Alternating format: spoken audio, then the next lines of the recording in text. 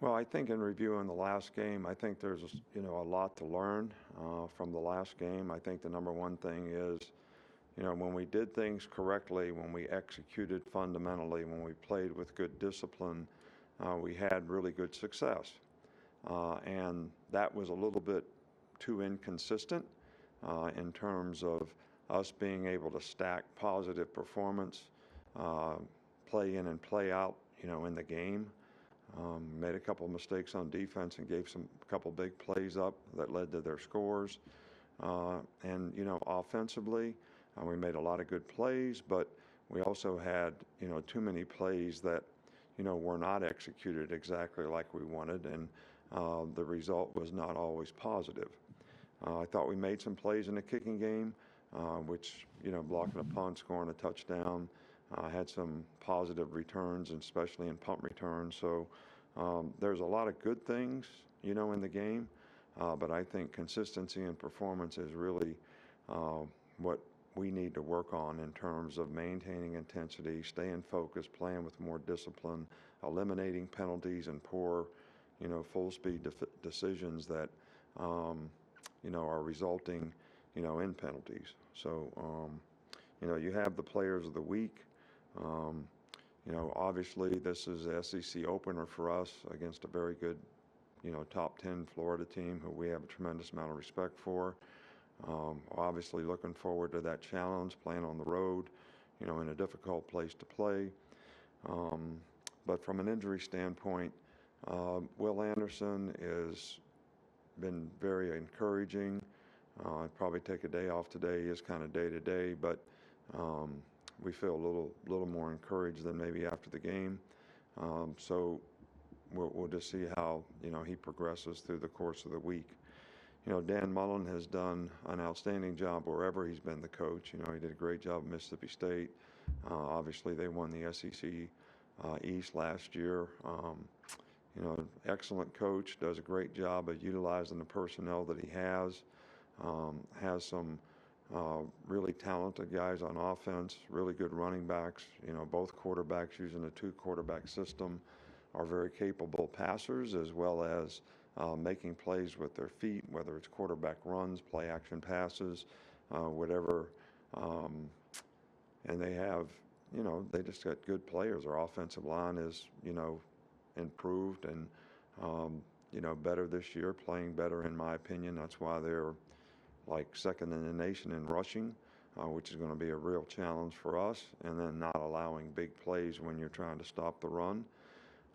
Defensively, Todd always presents challenges. He's really good defensive coordinator. They've got good players. They play hard. They play together. Um, so we're going to have to do a good job of executing, offensively as well. They've always got great team speed, so their special teams are good. They have good specialists. I think their punter is one of the top guys in the country. So all around, this is a very good team. It'll be a very challenging game for us, and um, so we need to have great focus this week and great preparation. We'll start with Mike Rodak. Mike, go ahead. Just how would you evaluate the running back position so far this season, especially some of the younger guys behind Brian? I think they've done well. I think that, we missed a couple reads, in the game. We could have had much more positive plays, cut some things back that we shouldn't have, didn't hit it downhill when we should have. But I think these are the things that I'm talking about that are good learning experiences for these guys. But, Jace played really well in the game, and, Trey and Roy Dale are both getting more and more experience. So I'm kind of pleased with the way those guys are coming along. We'll go to Cecil. Coach, mine is two parts. First, they've used two quarterbacks, and do you prepare differently for each one in terms of their skill set? And second, you had two players out in the secondary, Job and Arbor Davis. Just wanted to update them. Yeah, first of all, they do have a two quarterback system. I don't think you prepare differently. Both guys have ability to make plays passing, and they run the same sort of quarterback runs with both guys, and both guys are very talented in both areas. So, when the quarterback can run and they run quarterback runs, it's almost like playing against Wildcats. So they've got an extra blocker, but they also have the ability to make big plays in the passing game, which they've made, and been pretty efficient in the passing game. So it's more challenging when you play against, guys, and both guys are very efficient, effective passers as well as runners. He also asked about you, Jalen. Yeah, both guys are expected to practice today. We'll kind of see, where they are at practice and how they develop through the course of the week. Aaron Suttles, go ahead. Throughout fall camp, there was a competition there on the offensive line at center. How do you sort of evaluate how Darian has played, and how's Chris done at right tackle? I think both guys have done fairly well, and we just got to focus on improvement and development of more depth, in the offensive line, which we tried to get a few guys in the game last game to try to get them some experience. But I think both guys have played well. I think both guys will probably tell you that there's things that they could do better, and I think both are probably focused on, trying to get those things corrected so they can play better. We'll go to John Zener with the AP. Yeah, Coach, could you kind of evaluate how your defense has performed the last couple games? I know there's some things to clean up, but just how it's played so far. Well, I think at times, if you look at how we played in the first half, I guess we've given up 3 points in 2 games in the first half, and given up 14 and 10 in the second half. So I think we have to sustain consistency in performance.